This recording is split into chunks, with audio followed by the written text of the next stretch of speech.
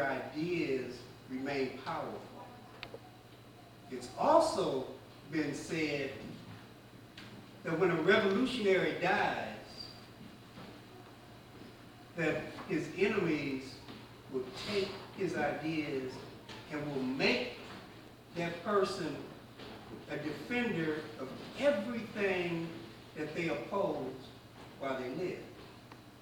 So, in the case of Malcolm, there essentially have been 4 views put forward in terms of his legacy, 4 positions argued. The first claims that after Malcolm returned from the Hajj in Mecca, that he totally revamped his political views, that he changed his ideas.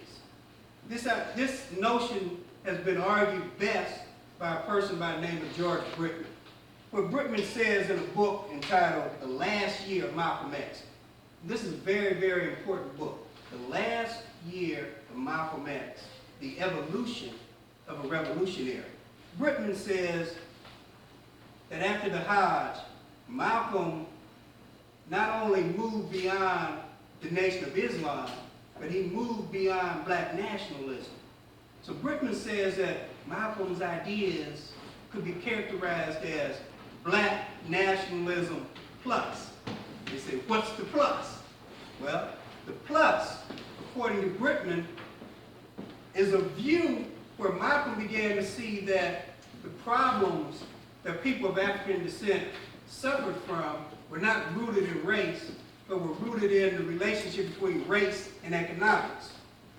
Now, that's Brickman's position. We can call this revolutionary nationalism, black nationalism plus. The second view is that Malcolm remained a traditional, plain black nationalist. This has been most forcefully argued by John Henry Clark, Oba Tashaka, and what they say is that nothing changed when Malcolm went to Mecca. Malcolm's meetings in Africa with Kwame Nkrumah, with leaders of African liberation movements, that didn't really change his ideas, that he remained rooted in the things that he had argued as a member of the Nation of Islam.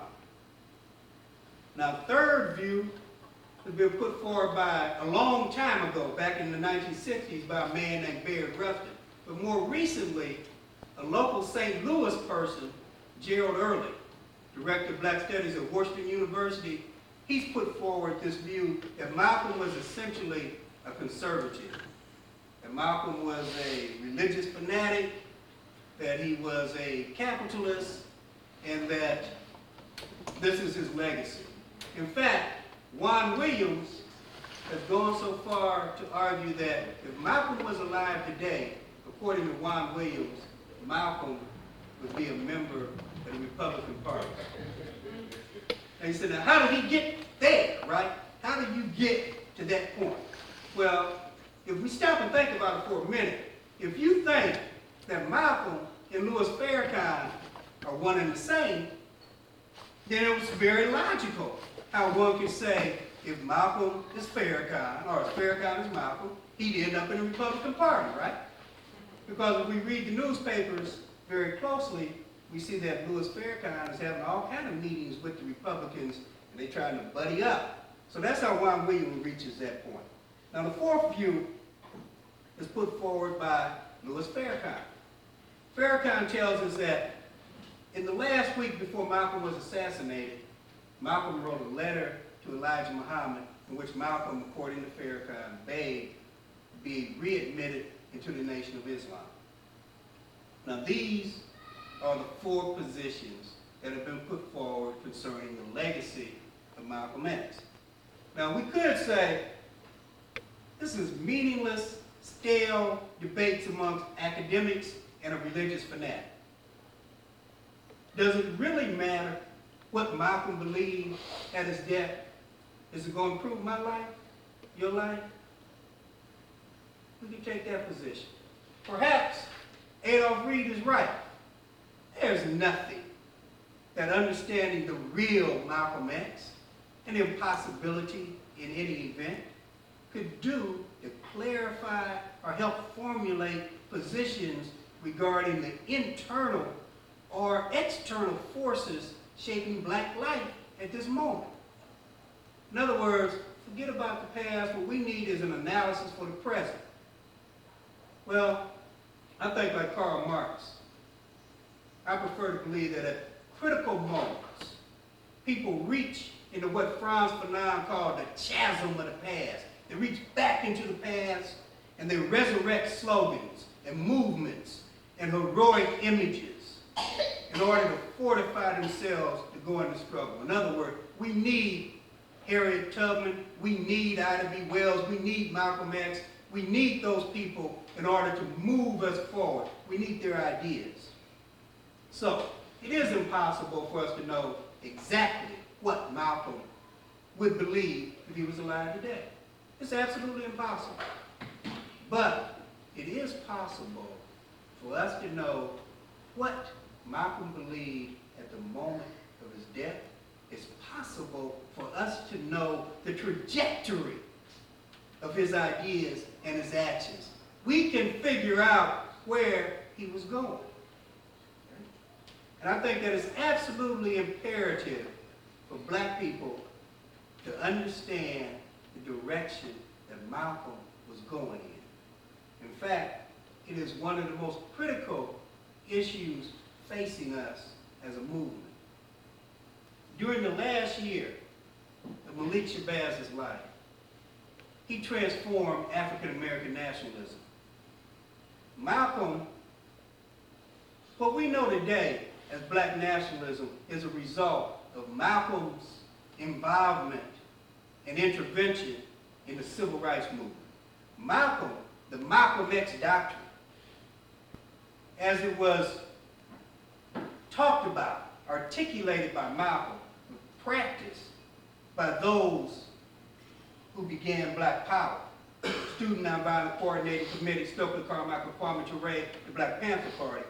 That's what we know today as black nationalism. It's the way in which Malcolm changed traditional black nationalism.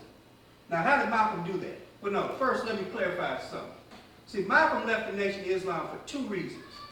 The first reason is generally seen as unimportant. People say, well, it's a personal problem. Malcolm did not accept Elijah Muhammad's, what do you call it, picadillos, indiscretions. But see, I'm going to argue that that's not personal. When you talk about a political movement, if you have a leader in a political movement, in a liberation movement, who gets involved with underage girls, that's a form of political degeneracy. It's not just a moral question. You understand? It's not just a personal question, but that's a question about the ethics, political ethics of a movement. So that's not a personal issue. So the position Malcolm took, opposing a 67-year-old man sleeping with 14-year-olds and then not taking care of the babies, that's not personal. And it's not just moral. That's a political issue because it speaks to the heart of the values and ethics of that movement. It says what we hold dear, right? So that's a question about gender politics that we have to argue on that point. It's not personal, it's political. Second, Malcolm began to understand that the Nation of Islam did not have a political ideology nor a political program. The Nation of Islam had a pseudo-scientific theology, right? Well, religion is cool on a personal level. That's why Malcolm said, we're not oppressed if you're a Methodist, a Baptist, a Muslim, a Buddhist. We're oppressed because you're black. And he followed that up by saying, take your religion and put it in the closet. Why? Because religion does not have a place in political life, in public life. You put it in the closet, and you unite around the conditions under which you're oppressed and a strategy to free yourself. So that was Malcolm's position in that regard. Now, what Malcolm was able to do, see, when he broke with Elijah Muhammad, he didn't just break with Elijah. More importantly, he broke with Marcus Garvey, and he broke with Booker T. Washington. But Booker T. Washington had shaped black nationalism as we knew it before Malcolm X. And what Booker T. did, and Garvey followed him, and Elijah followed Garvey, was that they took black nationalism and said, it's not about struggle, it's about vision of going home to Africa. It's about building your own economic institutions that are just like white folks' economic institutions, meaning they're capitalists, they're for private profit, but they're black owned. So in other words, free the race to oppress the majority of black people, meaning the black working class. Free the race to oppress the black working class. Now, so what Malcolm then did, see, is that he intervened in the civil rights movement, and he understood that traditionally black nationalism advocated racial self-help, promoted separate economic and social institutions, and it emphasized the importance of studying African history and African American history and African culture and African American culture. And then he looked at integrationism, and he said, well, the integrationists traditionally, they oppose African culture, right? They want to be assimilated, but they fight against apartheid. They fight against anything that restricts our civil and human rights. So Malcolm tried to merge the two. He tried to find a way to blend them, but in blending them, he privileged nationalism, you understand? He blended them, but the balance of the blend was toward nationalism. So, what Malcolm then did is he made six transformations in the civil rights movement that helped to transform black nationalism. Those six things are, one, he redirected black nationalism so that it was now political rather than simply about economic development. It's about political struggle. Two, he made self-defense a reasonable option. Before Malcolm, people quibbled about whether or not you could defend yourself if attacked. Malcolm made it reasonable to defend yourself. Three, he introduced what I'm going to call a program of revolutionary reforms. What I mean by that is that if you look at the Organization of Afro-American Unity's platform, if you look at the 17 points, if you take each point individually, they don't do very much to change the conditions under which black people find themselves. But if you take them collectively, right, then they begin to transform the conditions in which black people find themselves and to transform the nature of the society. So Malcolm brought back the notion of revolutionary reforms. Fourth, he internationalized the movement. He reintroduced Pan-Africanism, the notion that for people of African descent, our fates are tied together. Not because we're the same skin color, but because our historic condition has been the same and it developed in the same historic process. So he emphasized the need to reconnect politically as well as culturally with various groups of African people around the world. Thus, he transformed the movement from civil rights to human rights. Fifth, Malcolm publicly adopted a non-sexist policy. He pushed us in the direction of opposing sexism. Now, I said publicly. In his personal life, he'd been in the Nation of Islam too long to change everything about his personal life. But in terms of public policy, he moved us toward opposing male chauvinism. And sixth, Malcolm began to point out the inherent inhumanity of capitalism. What I mean by that is not that Malcolm X became a Marxist, but that Malcolm became very clear that capitalism means the exploitation of the majority of people in any society. When you add race to that, you know that you just dump the people of African descent on the bottom. And they have a little stratification, but Malcolm came to understand that whether capitalism is practiced by black people, yellow people, white people, it means the exploitation, the abuse, the misuse of the majority of people in that society. Those six things that Malcolm did totally transformed the way in which black nationalism has been discussed, has been practiced since his death. So that, I would argue, is the legacy of Malcolm X. Those six transformations, a move to repoliticize it, to make self-defense an honorable and reasonable practice, to emphasize a program of revolutionary reforms, to emphasize Pan-Africanism and the need to oppose the world capitalist system, to connect with people internationally, to oppose male chauvinism, and again, to point out the inhumanity of capitalism. All right, thank you.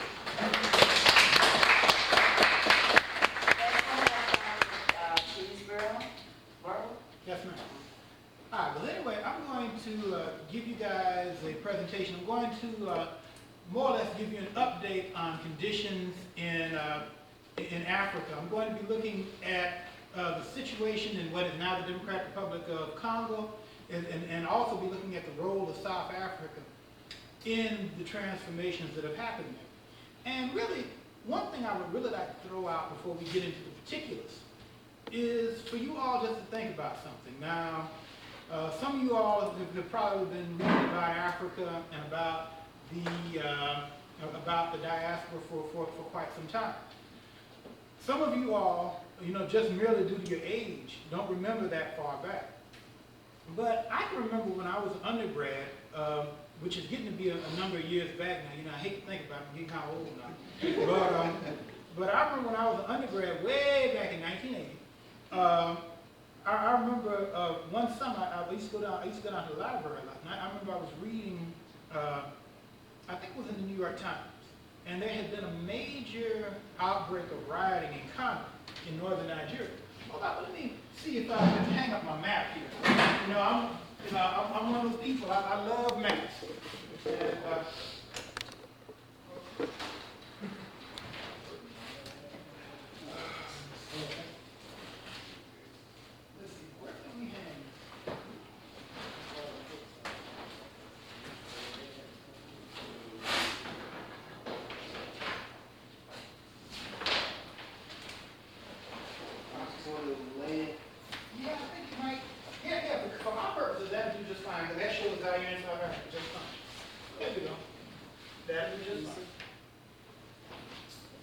Well, anyway, as I was saying earlier, and I can kind of show this to you now, I can show this to you also, but I remember back in 1980, there had been major riots in Kano, which is in northern Nigeria right here. And when I say major riots, these were real major. Everybody here remembers the riots in LA back in 1992, right? How many people died in LA? Yeah, 57 people. And that was bad. Everybody was tore up about that. 57 people got killed. I don't know, about 10, 20,000 people got arrested. One of the great secrets of that thing was that a lot of people, ended up getting probation, but they didn't realize they ended up getting criminal records. So therefore, a lot of people about 20,000 people got disenfranchised as a result of those riots. But that's a whole other presentation. But to get back to the main point I want to make here right now is that in Kano in 1980, there were riots in which 2,000 people were killed.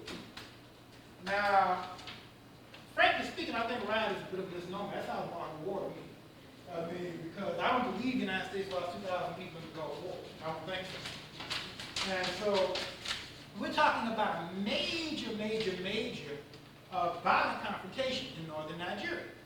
And the thing that really struck me was that in most local newspapers, and like I said, this was summertime. I was an undergrad at the University of Georgia at the time, but I was back home in South Carolina. And I know in my local newspaper, there was nothing on it. In the New York Times, you had like 3 lines. 2,000 people getting killed. You had 3 lines. Now, that is very significant to me because, as we all know nowadays, quite often the lead story in our evening news, is from Africa. And that was not always the case.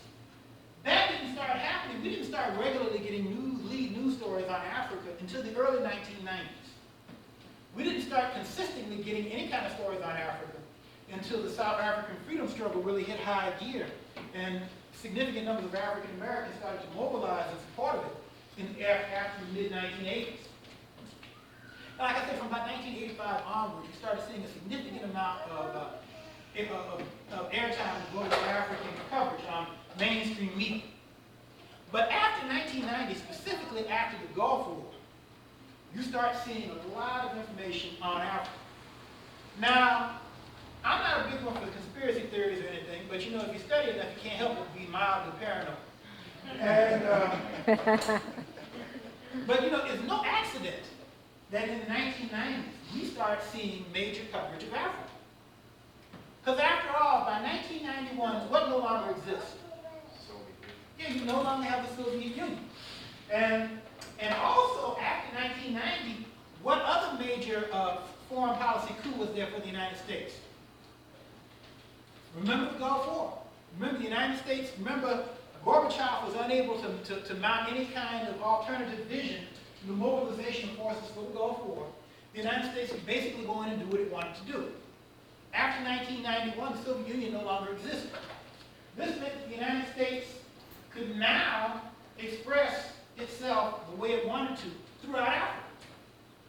And this was very significant because prior to the 1990s, you know, the United States saw to it that things it wanted done got done in Africa. But the United States had a very low direct profile in Africa. I mean, for instance, the United States had a base at Cagnu and what nowadays is Eritrea. You know, after a while, during the 1970s, the United States got base rights in Somalia. And the United States did also have some base rights down in Kenya. And they also had some base rights in the Indian Ocean. Of course, there was Liberia, which had been, which was independent, which had strong historic connections to the United States. And so, obviously, there were ties, the United States did have ties in Africa, but they all tended to be fairly low-level ties. You did not see the kind of presence, you did not see the kind of United States presence in Africa that you saw in other parts of the world. And so basically the way the United States got things done in Africa was to go through surrogates. They went through Great Britain, in Anglophone Africa, of course, English-speaking Africa, and they tended to go through France primarily, in Francophone Africa, with a special place for Belgium in Congo/Zaire. Although later on the French even became more dominant in Zaire, even though Zaire, or Congo as it is once again now, had been Belgian territory. Now really this served two purposes, because first of all, by allowing these smaller European countries to be dominant in Africa, this cut back the amount of direct confrontation between the superpowers. Also, in the case of France, it let the French keep massage their egos. I mean, after all, we're talking about a major European country that has not won a war against other major European powers since 1850. And so, you know, the only thing the French could consistently beat was black folks in Africa. And so, by allowing the French to maintain a presence in Africa, it let them feel good about themselves. And so, you know, this was you know, the idea of having surrogates in Africa was a nice little policy. But the point I want to make is that after 1990, after the superpower, the other superpower was gone, not only did the United States not have to worry about the Soviet Union, they don't need France anymore. You know, England had already faded from the scene. But they don't need France anymore. And really, this is something that we can see very, very clearly in Zaire. And I'm going to talk about that in a minute. But really, we need to take a look at South Africa. Because as I said earlier, South Africa really was the place where the United States really started, you know, developing a higher profile, Southern Africa in general. And this goes all the way back to the 1970s. Because, for instance, you know, if you think about Mozambique and Angola, for instance, you know, because Portugal had been a member of NATO, you know, the United States was the de facto source of armaments for the Portuguese during the whole time when they were oppressing people in Mozambique and Angola, and also up here in Guinea-Bissau also. And so the United States had been directly involved in Southern Africa for a long time, and the level of direct interest in Southern Africa became greater after the Cubans came into Angola. And so, you know, the United States had been pretty active in fairly high-level negotiations going back to the 1970s. And for instance, with the independence of Zimbabwe in 1980, you know, the United States, along with the British, had a very, very high profile in that whole affair. But anyway, like I said, get back to South Africa now. What we see from the late 1980s onwards was the United States government, you know, taking a higher level of interest in foreign policy. Now, you know, sometimes this might not be so obvious. I mean, like, for instance, under the Reagan period, you had the whole thing of constructive engagement, which more or less kind of poo-pooed things. But at the same time, you had Congress being involved, and also you had a lot of public pressure, you know, for involvement in South Africa. So for over the years, there became a high level of United States involvement. And as a result, you eventually ended up with the kind of South African government we have nowadays. And to go back to what Dr. Jejua mentioned earlier, really we have kind of an odd situation in South Africa. Because on the surface of things, South Africa would appear to be a country that has learned the lessons that the United States has learned, as we go through the civil rights period and the post-civil rights period. It would appear that affirmative action, that kind of thing, is being pursued much more aggressively in Southern Africa. You also see, for instance, where many indigenous Africans are being given access to business opportunities, this kind of thing. And from all appearances, it would look as if though there's going to be a fairly substantial middle class in Southern Africa.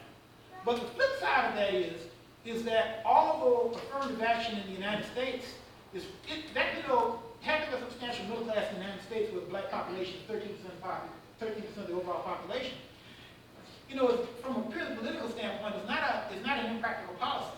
Because if you can put 30-35% of the black population more or less, or even 40% more or less in the middle class range, you shut up the most active part of the black population. In South Africa, if you can put 20-30% of the black population in the middle class range, you still got the great majority of the country in severe third world poverty. And so that's the flip side of what's going on in South Africa. And really this is something we all need to think about, because to me one of the crucial turning points, between Nelson Mandela being let out of prison in 1990 and him becoming president in 1994, one of the key things that happened in South Africa was the assassination of Chris Hani, who was one of the major forces in the ANC and also a major leader of the Communist Party.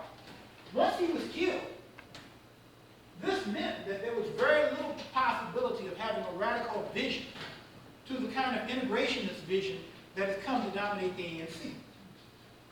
And so the point to be made is that, as far as we can see, South Africa is going to be, by Western standards, a pretty racially liberal country, but it's still going to end up with a major undercurrent of disfranchised and unsatisfied people.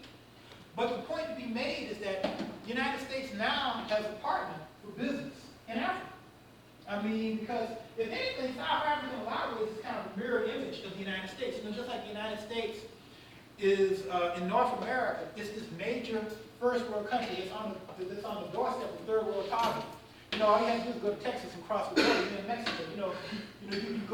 You go from El Paso to Matamoros. You go from San Diego to Tijuana. All of a sudden, you leave the first world to the third world. That's what you do in South Africa. You go from South Africa to Mozambique. You go from a relatively developed country to abject, ain't got nothing poverty.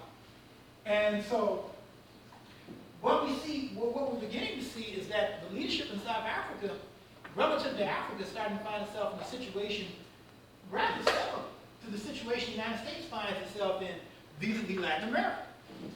And so, as a result, the United States now finds itself with a pretty good partner for doing business in Africa.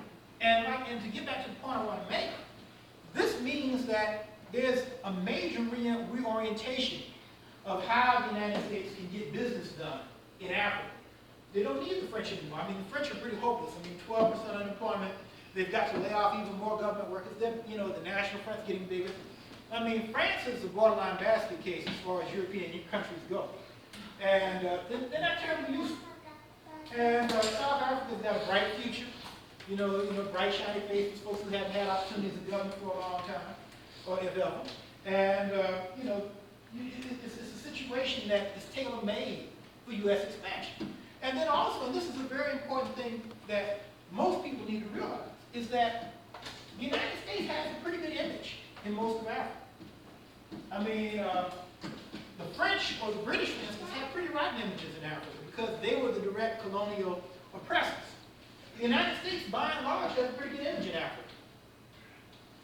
I remember when I was a grad student, for instance, doing research in the Sudan. I'll never forget, I had a number of people, to argue me down and say, why do African Americans always criticize the United States? Guy would tell me, yeah, sure, because I remember he went to this guy who was a student American. He went to school at Southern University over in Baton Rouge, and I think he eventually got his degree over at University of North Carolina, Chapel Hill. He was like, sure, a couple of folks called me nigger, but other than that, it was a pretty good country. And those were literally his words. And he couldn't understand, why African Americans And, after a while, I just told him, I said, look, I'm a foreigner. And I know you would never expect me to understand the dynamics of the North and South, war in Sudan the way you do. And he said, no, I wouldn't expect you to. I said, well, don't tell me about the racial situation in my own country. You just don't know. And so, I kind of told him that. But, still he continued to argue with me. But the point I want to make is that really, the United States has had pretty good precedent in sub-Saharan Africa. I mean, over the last 25 or so years, there have been a lot of people, many people who came here as students and many people who came later on who come to the United States and have done pretty well. And the thing as African Americans, we always need to understand is that no matter how poor we are in this country, in relative terms, we're pretty well off. I mean, I don't care, the worst neighborhood you could go into in this city, for instance, I hate using that term worst because you all know what I mean by that. Sometimes language can be imprecise. But the most poverty-stricken neighborhood you can go into in this city, for instance, you're going to see, somebody's probably going to have a dog on Lexus on the street somewhere. I mean, somebody's going to have a VCR somewhere. I mean, probably going to have a lot of them. I mean, somebody's going to have, say, a cell phone somewhere. And the point I want to make is that these are things that you got to be doggone filthy rich to have in many parts of the third world. And so the point I want to make is that if you come from a country, say Zaire, you have per capita income of $150 a year, and all of a sudden you get over here and you can make, if you get 2 minimum wage jobs and you continue to more or less live the same kind of lifestyle you live back home, you got $15,000 a year. Not only can you live much better than you lived at home, you can send money back home and do quite well. And so we have to remember when we think about what people from other parts of the world say about America as opposed to what we say, we have to remember the relative starting points of those people. And like I say, once again, that has a lot to do with the relatively good image that the United States has overseas.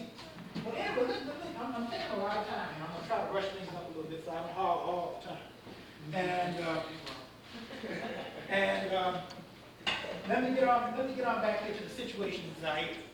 Now, the thing to know about Zaire is that the previous leader of Zaire, and I guess it's appropriate to say it since I'm talking about the former president Mobutu Sese Seko, is that it's a well-known fact that Mobutu Sese Seko had direct CIA connections. I've heard, for instance, that he was the actual man who actually killed the first prime minister of the country, Patrice Lumumba. And that later on, with CIA encouragement, he became the leader of the country. And so it's important to realize that from the very beginning, Mobutu had CIA connections. But in terms of direct, overt connections, he had much stronger connections to Belgium and to France because of the French language connection. And more importantly is that by the time you get to the 1980s, the French were still holding on very strongly to Mobutu, even after the Americans moved on. Because by the time you get to the 1980s, the situations in Mozambique and Angola have calmed down. It's fairly obvious that South Africa is moving towards some kind of negotiated settlement. You no longer need the guy with up its skin hat to go around destabilizing people, and so they can move away from him. But the French, on the other hand, because as I said before, their options were limited. They were holding on to him like he was their last hope, because he was. And so the French were holding on tightly to Mobutu. And it became more obvious to the everyday people that they were holding on tightly to Mobutu. And so this set up a rather nasty situation. First of all, it helped the French have a worse and worse reputation. And then also the French had been active in certain other parts of Africa. Like for instance in Rwanda, which borders Congo to the east. Okay, I'll speed things up. Which borders Congo to the east. The French had been one of the prime supporters of the Hutu government. And as we all know, by 1994, the Hutu had been involved in a very ugly genocide in that country. And so what happened is that the Tutsi later on came in and pushed the old Hutu government out. Many of these people took refuge in Zaire. Now, Zaire was a very logical place for these people to take refuge because Zaire is predominantly a country of Bantu extraction. Now, Bantu is a language group. Now, sometimes people confuse Bantu with a racial category. Basically, we're talking about a family of languages. And you know, Bantu can look any kind of way. Like, for instance, Swahili-speaking Bantu on the coast of Tanzania, or Tanzania, whatever, you know, might look more the way we think of maybe somebody in Ethiopia, you know, the kind of bushy hair, you know, very keen features, wherever. Whereas you might go to a Bantu speaker like somebody down here, for instance, who might speak Lingala. I mean, speak Lingala spoken over here in Zaire. You know, you'll see much more classic Negroid features, so to speak. And so you got to remember these are language groups. But the point to make is that the majority of people in Zaire were Bantu speakers, whereas the Tutsi were Kashid-speaking people who probably had their ethnic roots back in Ethiopia. The Tutsi moved to Rwanda around about the same time the Roma became the dominant ethnic group in Ethiopia, around about 400 years ago. But to make a long story short, when the Hutu got to Zaire, they were seen as brothers of the Zairean people, and the Zairean had their back and allowed them to come back in the country and destabilize. And so once this started happening, this set up bad blood in Rwanda. And the Rwandans, for instance, looked at their neighbors in the north, Uganda, and President Museveni. And, you know, and basically the Tutsi had been major military forces in the Rwandan and Ugandan army going back to the early 1960s. So they had a lot of backup in that area. And also, and this is an interesting thing that happened too, because President Museveni had been a classmate of guess who? Laurent Kabila. And so he put his boy, Kabila, I shouldn't disrespect the president like this. He put the current president Kabila in charge of the rebels. You know, Kabila had a long reputation as a rebel going back to the 1960s. And so this set a situation in motion. You had Rwanda, Uganda, and then later on Angola, because, you know, Angola was kind of mad because they wanted to get more control in this Cabinda area up here to get access to more oil resources, and the Zairians had blocked them out. And so you had kind of a confederation of these three local countries. You know, one of them, Uganda, had a strong Anglophone background. Angola had a significant United States presence. And so what you see is a situation tailor-made for the United States to come into Zaire from the back door and get rid of Mobutu. And it's been common knowledge in Zaire, ever since this rebellion started, that Kabila is the United States man. And so the point to be made is that the French find themselves being kicked to the curb, so to speak, to use an old slang, and losing more direct influence, whereas the United States, because they no longer have to worry about other superpower factors, can now come in directly in a way that they have never been able to come into Africa before. And so this is something that all concerned black people need to be more concerned about. And anybody want to ask me about it, ask me later on. I don't want to hog all the time. Thank you. Now we'll have Musa Ibu. Okay. I'll just read directly what I have here, and then we can discuss about Nigeria. I know Nigeria is a very hot issue sometimes. First, let me congratulate the organizers for celebrating the heroic contribution of Malcolm X to the critical analysis of societal problems. In my view, Malcolm stands out as one of the few revolutionary leaders who understood the global character of domination and exploitation. And I think Dr. Chadwa did discuss this issue very clearly. He attacked, criticized, and suggested solutions for uplifting the black race and humanity at large. And I think this is one of his major legacies here. According to Malcolm, and I quote, "Unless you understand the basic problem that exists between black and white people," and then I'm jumping here, not confined to the local, but confined to the international global level on the earth today. When you look at it in that context, that is at the global level, you will understand that if you only try to look at it in the local context, you will never understand. And I think this is very fundamental and important in the case of Nigeria. And I said this holds true for those who have provided analysis of the crisis in Nigeria. Most analysts see it as a local issue. You just need to read New York Times, Washington Post, and St. Louis Dispatch, and other newspapers. Basically, when they discuss issues about Nigeria, they isolate individuals and criticize them. Abacha is a terrorist, he's a dictator, But my own position that I will make here is that it is much more than an internal issue. So most analysts see it as a local issue with certain individuals or groups within Nigeria singled out for criticism. If we adopt Malcolm's position, not just an American problem, but a world problem, we would have a better understanding of the Nigerian issues. And for me, the main basis for understanding contemporary social and economic problems facing Nigeria must emphasize the fact that there is an organic relationship between knowledge and human interest. Knowledge production in any society could take two major forms: a conservative, status quo-oriented set of ideas that perpetuate domination and exploitation, or a critical, self-reflective, dialectical form of knowledge geared towards successful realization of emancipatory values, morals, norms, and the elimination of all forms of domination. What I will attempt to do is to critically discuss the prevailing contradictions of the Nigerian society and argue that the present socio-economic structures that create an equal power relationship and equal distribution of societal wealth, in fact, the class/elite issue is one of the fundamental problems of the Nigerian society.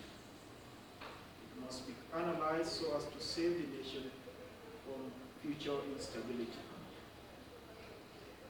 And history plays a major role for me in my analysis, so I always go back to anchor this thing in their historical context. And I argue then to adequately elucidate the nature of the current crisis in Nigeria, one must juxtapose two fundamental factors that have influenced the social formation of the Nigerian nation state. One, the role of the British colonialists in the creation of Nigeria as a state, and the articulation of Nigeria into the world capitalist system. Secondly, the role and the involvement of Nigerian elite class since independence in the perpetuation of the same socio-economic structures of organization inherited from the colonial masters. These two forces have impacted on Nigeria in a complex and a problematic way. The colonial period was predicated, as most of us are aware, by an economic interest, a need for markets, for raw materials, and cheap labor. When later on we discuss briefly the issue of Ogoni, Sarawiwa, and the oil problem in Nigeria, these issues are going to be very clear. So this quest for surplus value continued after independence. By 1996, the UK, they call themselves United Kingdom, I don't know how united they are, the UK had invested as much as 1.3 billion pounds in the Nigerian economy. That should sensitize us to the fact that when it comes to Nigerian problems, Britain knows who it's going to defend. 1.3 billion pounds. The colonial period also provided the colonialists with the opportunity to mold, at least in a certain context, in a certain extent, a society in their own image that would best serve its interests. To this end, they created the following organs: the civil service made of administrators, clerks, and messengers, a middleman in terms of business transactions, powerful obas, chiefs, and emirs, an army, and the police. These organs were incorporated and properly integrated into the colonial social structure. So by the time of independence, one could say with certainty that the erstwhile colonial masters had successfully incorporated Nigerian economy and society into the mainstream of international capitalist system. The analysis of the colonial experience, particularly in terms of the incorporation of the socio-economic structures into the national capitalist system and the careful cultivation of the domestic petty bourgeoisie, serves as a pointer to the beginning of the formative period of social, economic, political contradictions that Nigerians are going to face and are presently being faced with. So the Nigerian power elite who took over from the colonialists inherited a disarticulated neo-colonial structure in all its ramifications. The class of elites, just like most other elites in post-independent African countries, did not assume power in order to radically revolutionize the colonial mode of production. Basically, they changed guard, as Anon argued somewhere, a new national anthem, and the majority of people stepping back into the Middle Ages, endlessly marking time. As Shegun Oshoba argues, one major trend in the development of the Nigerian power elite was the increasing bourgeoisification of its members, their obsessive concern with acquiring wealth, and the power with which it could bring. This realization would seem to be a crucial factor in explaining the overdeveloped sense of politicking to be found everywhere among the various categories of the Nigerian elite. I don't think in the African continent there is a more politicized nation like Nigeria. When you meet two Nigerians at any point, and you find them discussing the thing that they are going to do on the war, politicking is so much part of us, to such a point that I think this prevents individuals from communicating and sharing information. There is also this pathological zeal to appropriate and accumulate wealth, both through collaboration with transnationals and crude kleptocracy, is co-joined with tactics of divide and rules based on ethnicity, religion, and communal politics, meant to further maintain the status quo. This, to me, is the dilemma of the Nigerian society and the height of its contradiction. From the foregoing, it is apparent that the petit bourgeoisie are not capable of committing elite suicide. And this is something that, an idea that Amilcar Cabral, the revolutionary leader of Guinea-Bissau at that period, argued that elites must be prepared to commit class suicide. That is, move away from the privileges of power and position and identify with the workers. And in the process, he argued that when the elite do that, they identify the workers and then they move the revolutions further. And at one point, he argued that you can't tell workers lies, you can't tell peasants lies because they understand you better. And as far as the Nigerian elite are concerned, the issue of committing class suicide was out of the question. And that this should explain issues of the Ogoni people very clearly. And it will also explain the continuous instability within the Nigerian social formation. Of the 36 years of independence, almost 31, well, about 26 years will be under military rule. So what has happened over time is an erosion of legitimacy and authority in the eyes of the overwhelming majority of Nigerians. So the leadership really lacks any legitimacy as far as the general population is concerned. Nigeria, generally about 75% of people live in the rural areas. And this is a very important thing when later on I bring the issues of democracy and civil rights, human rights, that you are talking of a very small percentage of people who are fully engaged in the civil society, in major debates. The majority of them are in their villages. Quietly, as Fanon said, they step back to the Middle Ages, endlessly marking time. So now let me direct our attention to three major issues about Nigeria, and I'm not going to take your time. You have read about some of these things, and I'm just going to throw them. I'm only throwing them in so that you can see why I've tried to analyze it in terms of the international bourgeoisie, in terms of the internal contradiction of the elite, but also in terms of a need to dialectically link these issues together. If Nigeria or any other African country is to move towards a revolutionary option.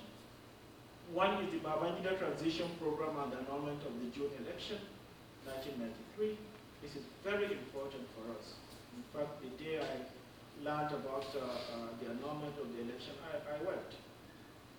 Because I felt that at that point, whether Abiola and his party was in a position of holding power was a foregone thing. The election had already been conducted. The only 14 states out of 30 at that time, the results were already out.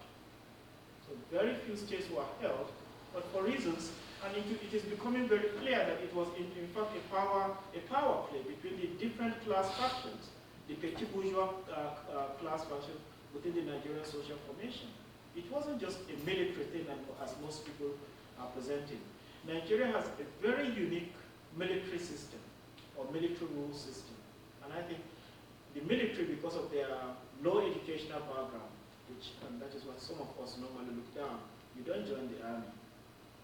Those who join the army are those who are unable to make it after secondary school. So a large number of our military officers in Western terms of education are uneducated. Most of them, their education was really in military institutions, from Sandhurst to West Point to whatever it is. Recently, they've created a university for themselves so that they can now also argue that they now have people with degrees. To paraphrase them, they normally accuse those who are educated that they have Dogon Turanchi. Dogon Turanchi literally is long English. In other words, that you speak a lot of grammar and they don't understand, they don't want people to be involved in Dogon Turanchi. So in this context, with the creation of a military university now in Kaduna, it now gives the military an opportunity to also to create its own elite group. So its own ideologues over time. So the annulment of the June election, I think, of 1993 was really a very sad thing in terms of the evolution of the Nigerian nation state. This would have given an opportunity to at least someone outside the northern oligarchy to rule, not as a military person, but as an elected individual. Abiola's own background as a leader are not the issues for me, but I don't think there are sense when I look comparatively to the history of leaders in the world. Most of our leaders are not saints. Most of them have really sold their hands in one way or the other.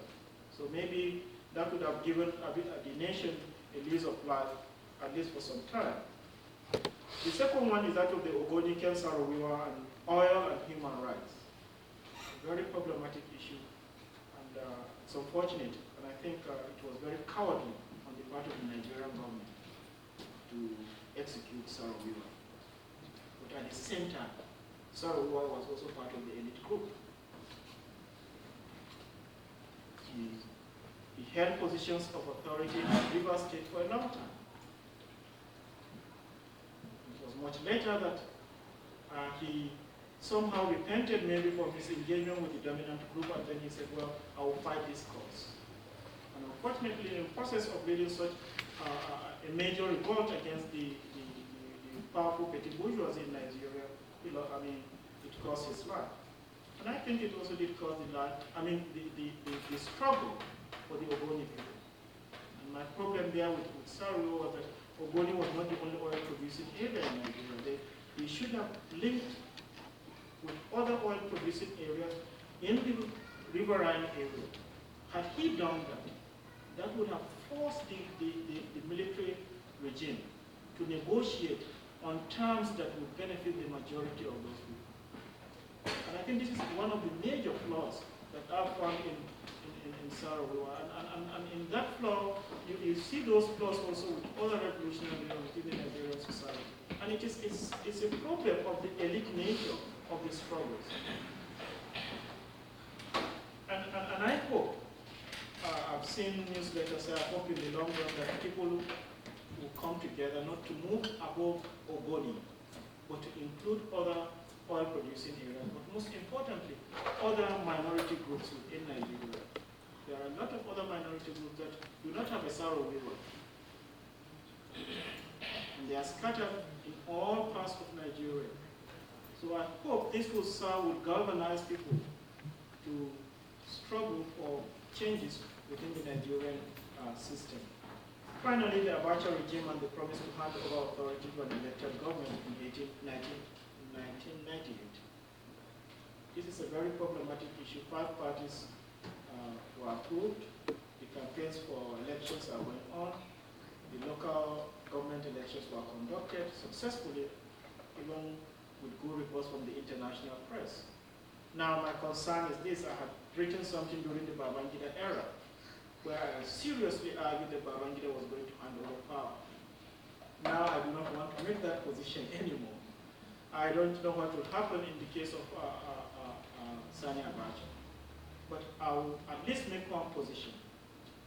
And this is where I may differ with a lot of people, is that there is an argument in Nigeria that Abacha may probably doff his khaki, as we call them, the uniform. They will doff his khaki and wear an abada is the normal Nigerian outfit, and that he will contest for election as a for presidency next year. And my position is this. If this will serve as a basis for the gradual institutionalization of the democratic ideals, I will support that. Because the military are fully entrenched within the Nigerian politics. We must find a way of excluding them somehow from the process by maybe initially shaking hands with them. And besides, Ghana is a very good example for us. Rawlings came into political process on many occasions. He shot at one time almost all the leaders. And now he has basically, at least up to 2 years ago, Ghana became more like another miracle for the international finance capital. But at least I think he has set a ball rolling in Ghana that I don't think anybody can stop the democratic process that is now being institutionalized within the Ghanaian society. And if Abacha decides to follow the Rawlings way, then maybe it is possible for us to give him an opportunity to do that, so that ultimately we can at least exclude the military from the political process in Nigeria. Now, finally, I think for me, Malcolm, I encountered Malcolm in the early 70s when I was an undergraduate. My professor from Jamaica, Dr. Patrick Whitmore, was very interested to this. And one thing he argued about Malcolm and Fanon is that these are two specific individuals from different social locations who understood very clearly how to move society and groups towards greater emancipation. And if that is the real, if that is some of the legacies that we've learned from Fanon and Malcolm in particular, then what I'm suggesting here is that when we take this totalistic conception about the international capitalist system and a group of elite, political elite within the Nigerian society, we'll get to understand better the problems that this type of linkages engender. Then we'll probably avoid this type of criticism where we single out one individual and talk about him as if he is not really embedded in these more complex relationships that we sometimes find difficult to put together. And I hope Nigeria will come out of its present crisis and chaos, and in collaboration with South Africa, as one of our colleagues said earlier here, that they can really put Africa together. No single African country can go alone. With the globalization policy and markets, no single African nation can go alone. Anyone that attempts it commits suicide. Thank you.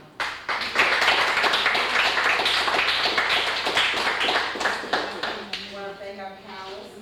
And now we're going to have 20 minutes of answering questions. And Colleen. This is a question I can for the entire panel. Well, first I want to say, I want to commend the panel for sharing with us, the information, the insights that relates to, Malcolm, that relates to, Africa. I guess what I would like for, you know, for each one of you to address is like, we as, you know, African Americans, you know, here in the diaspora, what is our task at this time as far as carrying on Malcolm's legacy, or as far as, you know, trying to advance the struggle, you know, in Africa?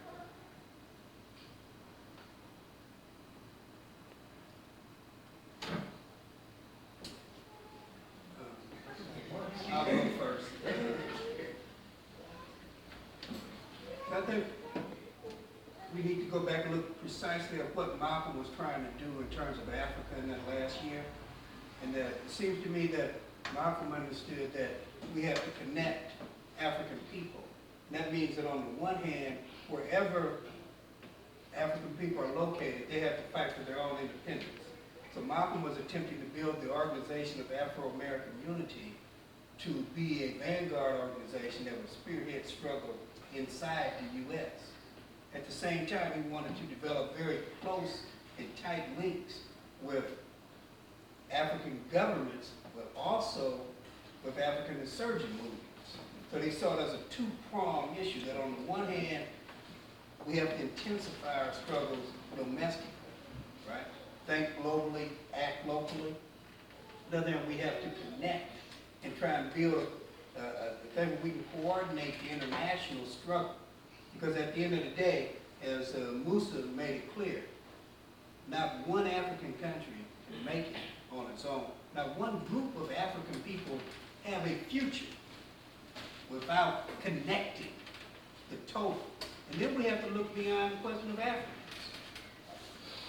International capital exploits and oppresses almost everybody on this planet, almost the entire 5 billion on the planet. So we have to look at linking with other nationalities, other people of color, and the international working class where we find it, and try to pursue an agenda to bring this beast to bay.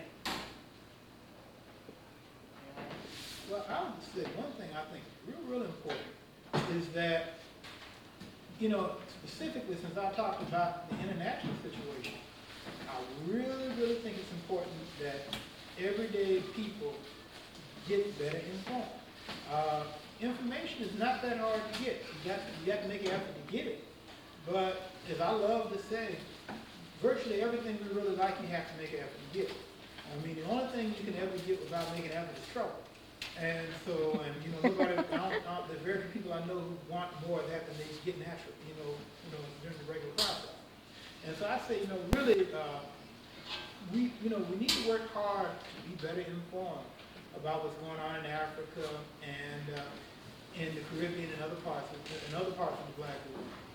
And you know, what I'm gonna say sounds kind of mainstream and conservative, but I think it's something that shouldn't be overlooked. Is the fact that once we get that better information, we need to publicly put pressure on those people in positions of authority, because people can do a lot less dirt if they're being watched. I mean, you know, I think about, you think about the laws that were passed in the 1960s that made it, what was the name of that law that was passed that made it possible for the United States to do business with Zimbabwe because it was not a communist country? Because they argued that, well, because Zimbabwe has chrome and vanadium and a number of other important metals that are necessary for military technology, that for the good of the United States security, they need to buy these goods from this non-communist country, rather than buy from the Soviet Union, which would be the natural supplier of many of these hard to acquire metals. And you know, that argument flew for a long time until those people who were better informed put pressure on, until finally people started bringing the facts out and started looking at who made the argument, who argued for this bill. And they started seeing that it was people like Goldwater, Talmadge in Georgia, Strom Thurmond in my home state, South Carolina. You mean all these people who had nothing good to say about black folks under any other time. And so why trust them when it comes to Zimbabwe? And so I really think that it's important to be better informed, but once you have that information, publicly put pressure on people in positions to make decisions. And it won't solve everything, but it's better to do 35 or 40% than do absolutely nothing. For me, I think it is important that we challenge the Tarzan conception of Africa.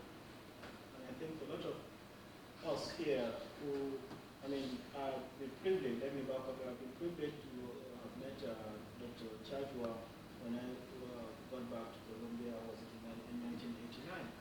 And somehow in my discussion with him, with John McClellan and others, they gave me an opportunity to interact with fellow Africans who understood the problems not only of the African continent, but also I got an opportunity to understand the problems of race in a much more complex way in the United States. And I think we also need that, something of that nature to happen in terms of the African Americans. In their understanding of, as one of our colleagues said here just some few minutes ago, to have the information about the African continent. And a fairly accurate information about the African continent. Because a lot of us basically see the African continent in terms of what is presented to us on television.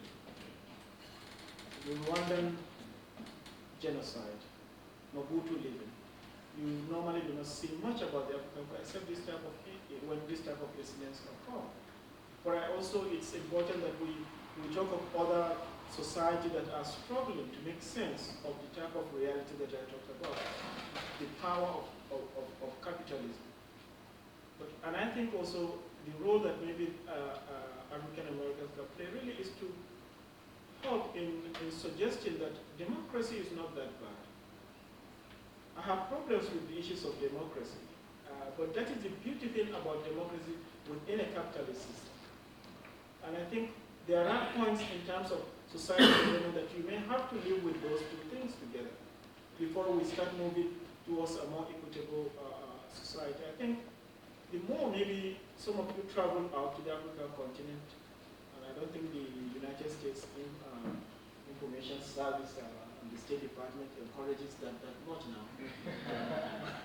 So you may probably want to suggest ways of encouraging democracy, at least the Western type of democracy.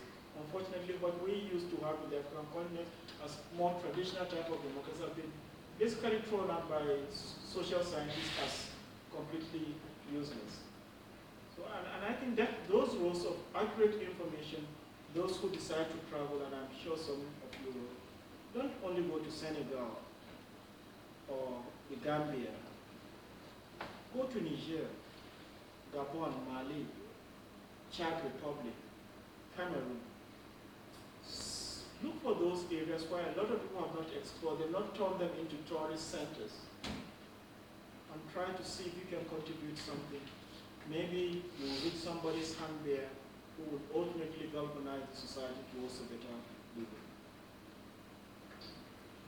Just a very basic level, one of the things we can do is interact with Africans who are in the U.S.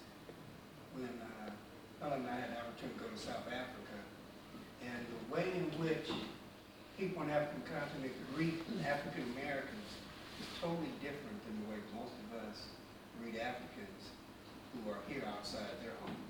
And maybe we can get back to some of that basic hospitality.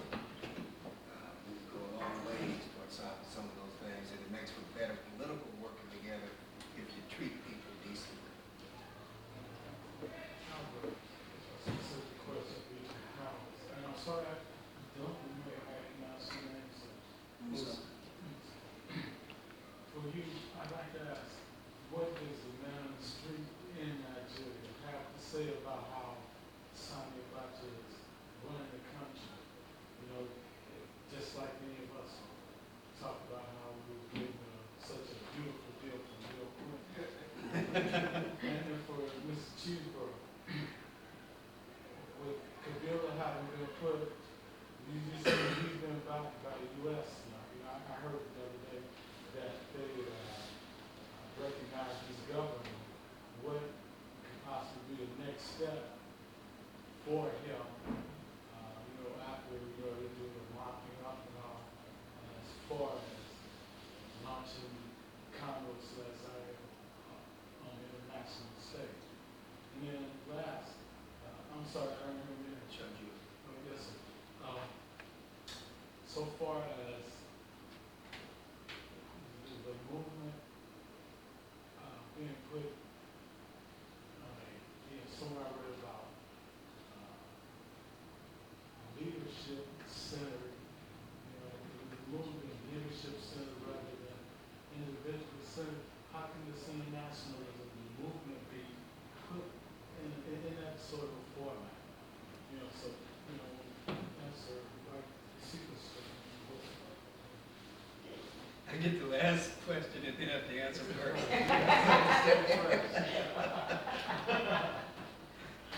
I'm not exactly sure what you asked, but I think what you're talking about is the difference between having a movement that's rooted in emphasizing leaders as opposed to a movement that is developing leadership.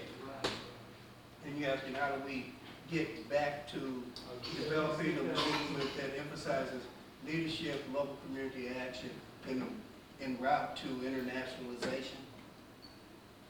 The first thing I would say that we have to begin with organizations. I don't think we begin with the individual, because as a brother told me once, you can't even do push-ups by yourself, but somebody had to build the floor.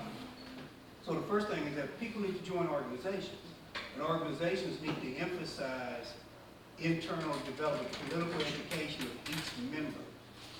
There should be opportunities for everyone to play leadership roles, so that these things are rotated, so that you develop leadership inside every organization. That puts you more on the basis so that when they assassinate a Malcolm X and Martin Luther King, because they will assassinate our leaders. That's what they do. That we can replace those people, because you do have to have leadership. The question is that you want to broaden the base, right? And as we broaden the base, and I'm just trying to think off the top of my head, then you have to talk in terms of how we use the resources that we have. And as African Americans, we have a lot of resources. Like the internet is a tremendous resource. One of the things OPS is going to do is a technology project where we're going to try and improve technological skills, one being computer skills, computer literacy.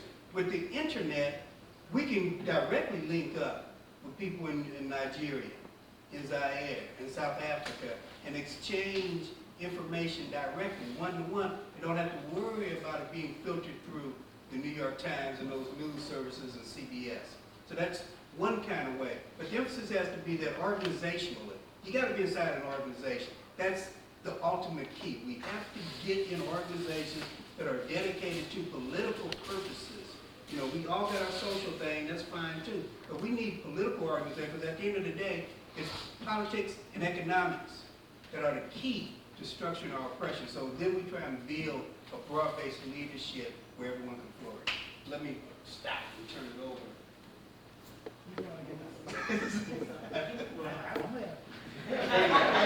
It's a very difficult question you ask, because when you analyze the Nigerian society, always keep in mind that we have this dichotomy, the rural and the urban areas. In terms of the urban areas, I think their response to Abacha is that the Abacha regime, not Abacha, the Abacha regime, is that it's a very oppressive regime. Salaries are not paid to workers. You won't believe it, some people go for months and months without salaries. It's not just for workers in offices, this even concerns lecturers in universities and other places. But you see what Abacha and successive military regimes have done is that for the first few years, they present themselves as messiahs. They are saviors.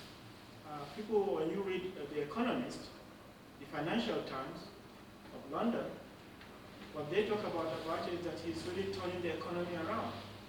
Turning the economy around. Not turning the people around. And again, that fits into my earlier analysis that their main interest is the expropriation of surplus value. If he can turn the economy around, he can tame the workers. As far as international capital is concerned, he's a good leader. So in the urban areas, I think there's a lot of anger against the government. because of the high corruption within the regime, a lot of people in the urban areas are aware of this type of programs. In the rural areas, you may not believe it, but this is true. My grandmother is still alive. She's in her 80s. All that woman prays for with my uncles is to have a good rain. And a good rain and a good harvest. And they retreat back into their villages to a very large extent, surviving under the type of domination that I've talked about. They hardly revolt against anyone, except their immediate rulers. And in most cases, they don't care, as long as they can feed themselves. And so you run into this type of program where you have a very docile, and this is very important in our analysis of Nigeria. The level of docility within the rural areas is not because they are just uninformed, it is just because that by their very name they've decided to move away from power as much as possible.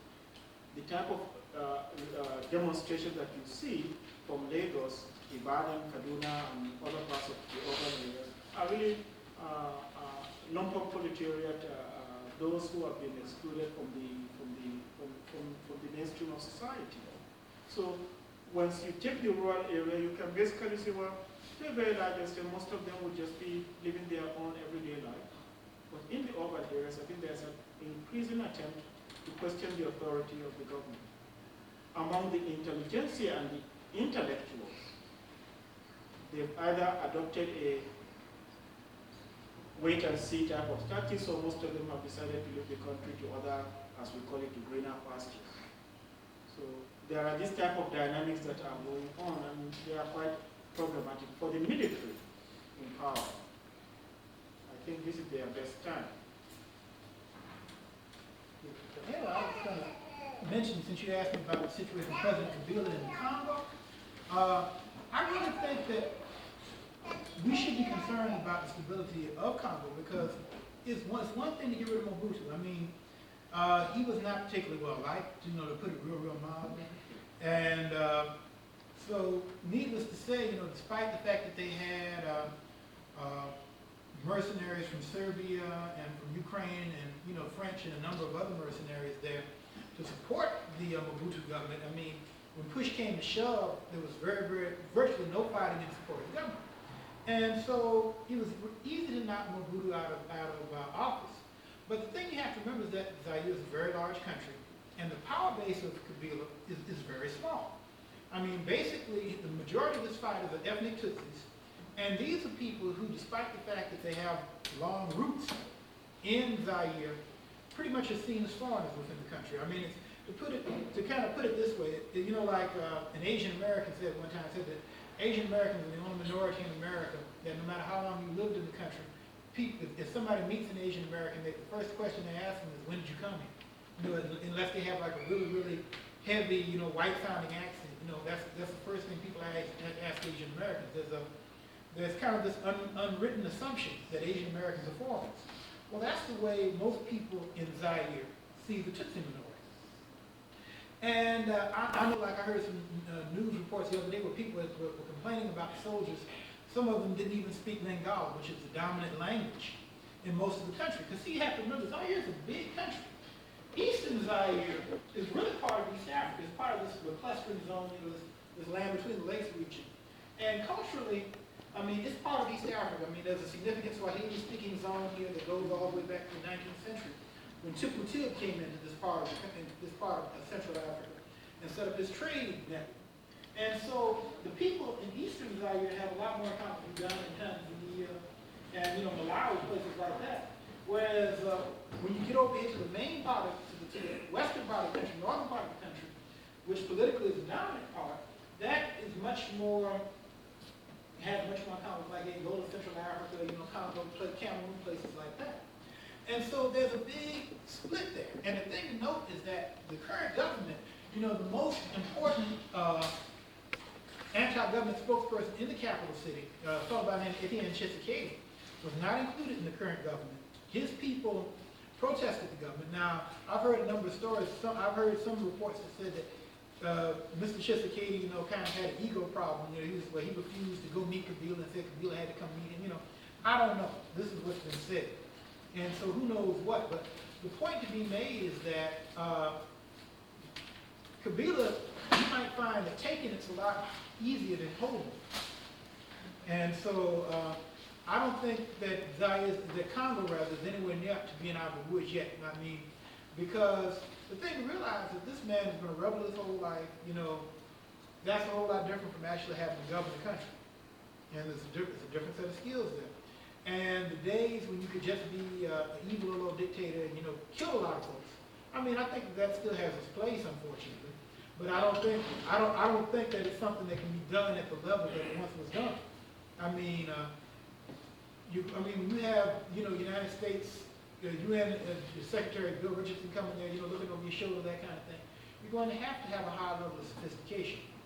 And so whether or not he's the man who can do that, I don't know yet. All right, Clarence.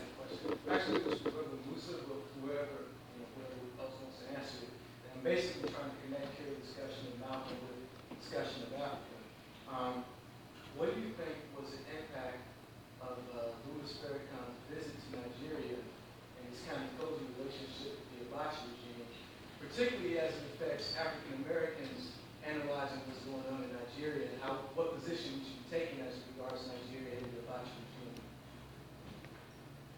Well, maybe in terms of Farrakhan, I have a problem dealing with Farrakhan's visit to Africa. Unfortunately, he selected countries where he wanted to visit, and I don't know why he did that. But unfortunately, Nigeria happens to be one of them.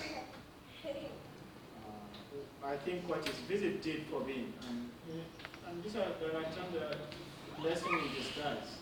I don't know how many of you watched the 60 Minutes interview of Farrakhan, where he was asked, Nigeria is the most corrupt nation in the world, why did you go there? And he answered, I'm living in the most corrupt nation in the world.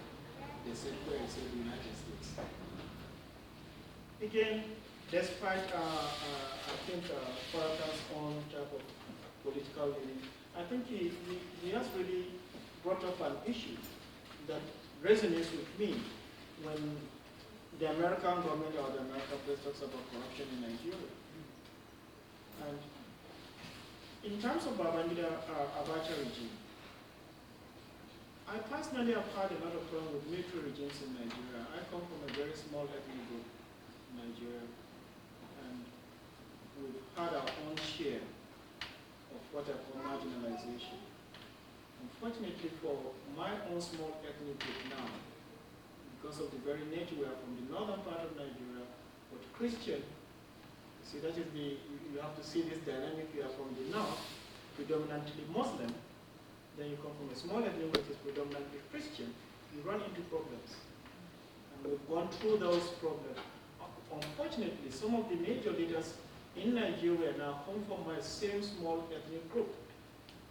Now, one would ask, well, have the Zulu people, I'm from Zulu, have the Zulu people benefited? And to me, I would say, well, it's like the Brazilian miracle when the president said Brazil is doing well, not his people. I think in terms of the regime, certain individuals, the class elite group that I talked about, are benefiting from the Abacha regime. But what I want to emphasize is that I want us to find a way of not excluding, and in fact I want us to find a way of finding ways of including the military within the political process. See, that is the major problem I think in third world countries, particularly in Nigeria, where the military should not engage themselves in politics. But we know in other nation states, the military are part and parcel of the politics of those nations. The United States is a very good example. So what do we do with Abacha is to encourage Abacha by pressure from organized groups, from the United States and other parts, to democratize. Even as I said earlier, even if he is the one who decides to run for presidency for the first time. And if we can do that, maybe that would give us an opportunity to find a way of including the military within the plan, rather than some of them going back to their messes and thinking of nothing but coups. I want to touch on that a little bit. When Malcolm X did his travels throughout Africa, one of the things he said was that travel broadens one's vision. So I think that for those of us who haven't traveled but were here watching Farrakhan move through Africa, it had the reverse impact for us. In that what it allowed us to do was to see the real Farrakhan and to remove the fact that the Jewish people are constantly on Farrakhan's case, white people are constantly on Farrakhan's case. So by seeing the nations that Farrakhan went to in Africa and the positions he took on the African continent, it allowed us to see very clearly who Farrakhan is and what he represents, so that it removed the confusion, because as long as we're looking at Farrakhan here standing up against white racists, we have a tendency to want to embrace him. But when he's outside the country and we see him condoning slavery of African people, we see him condoning executions and brutality, then we know what Farrakhan stands for, and the confusion is removed. So him making that trip was one of the best things that could happen for African American people, because it pulled the veil off.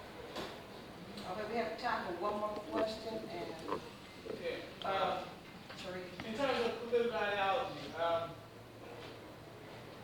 is there a large difference between the House of the Igbo, the Yoruba, and the other ethnic groups?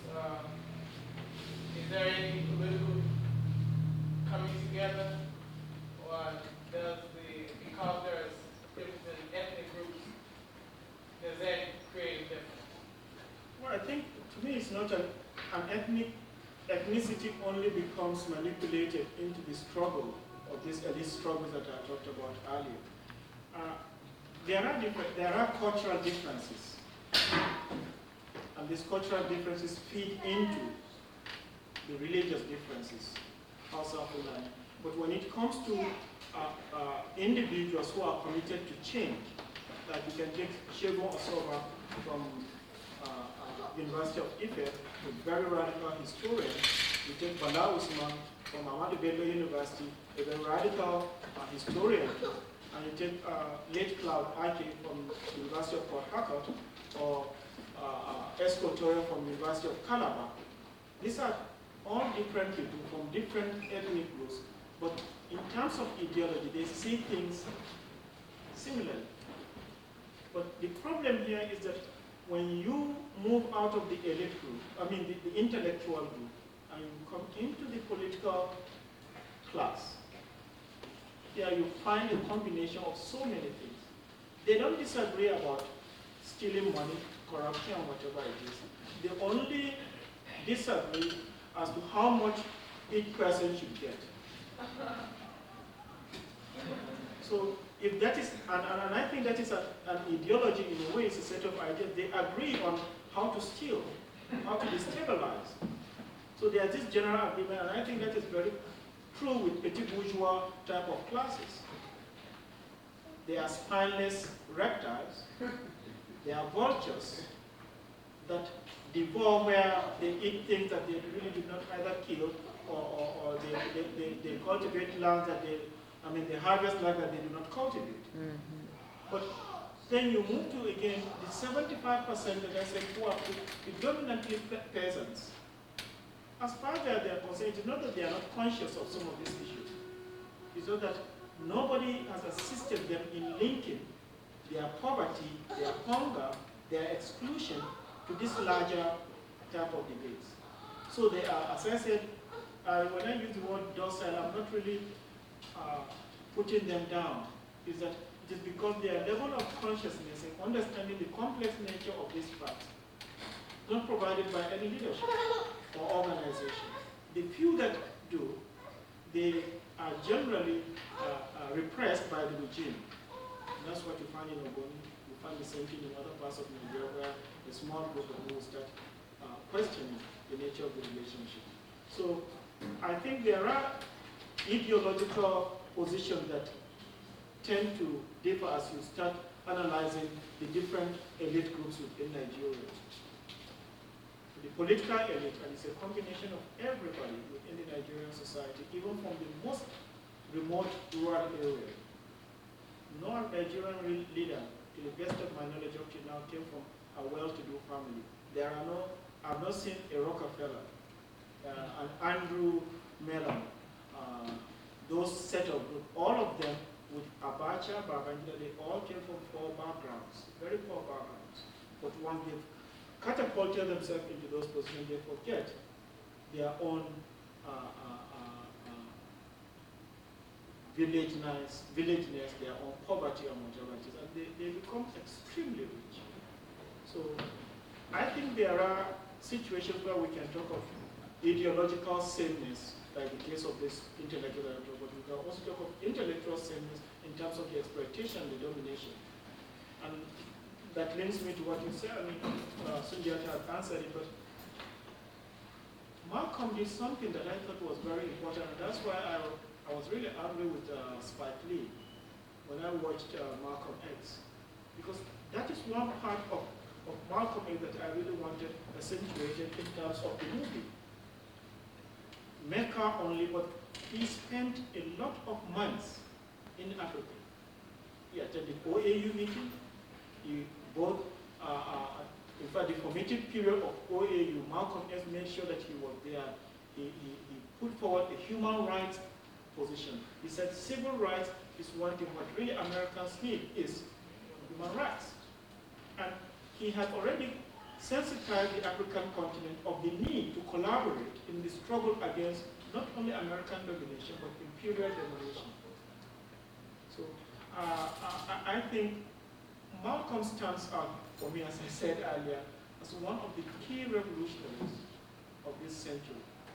And the more we go back and read him, and ask people like Spike Lee and others, not only to sell the Malcolm X thing, but to really present him in his more radical form, then the better for us in the next few years as we go into the 21st century.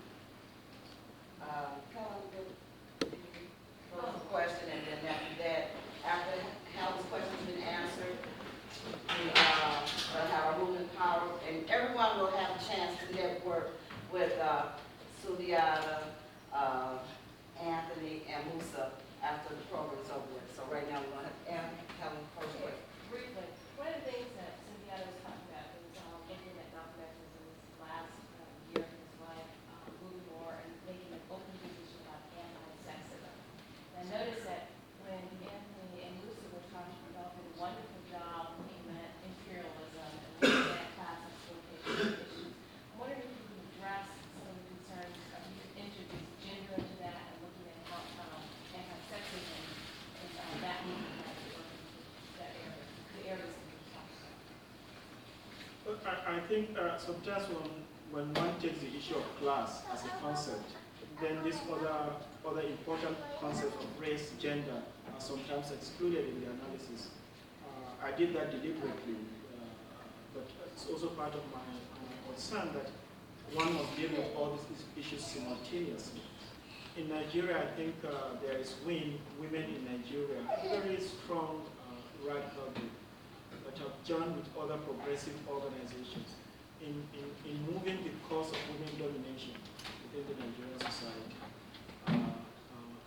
Fortunately, during both the Babangida regime and the Abacha regime, their works have spearheaded women's organizations, and women issues have come to the public view. This has never really happened in Nigeria for quite some time. And I hope that other women organizations will emerge that will push the struggle, both the patriarchal type of domination and the domination of a woman, so that we can jointly fight those forms of domination simultaneously. I don't know, I've not been home for quite some time, and I'm only aware of what WIN has been doing in Nigeria. And I think they've been pursuing the issues of women empowerment very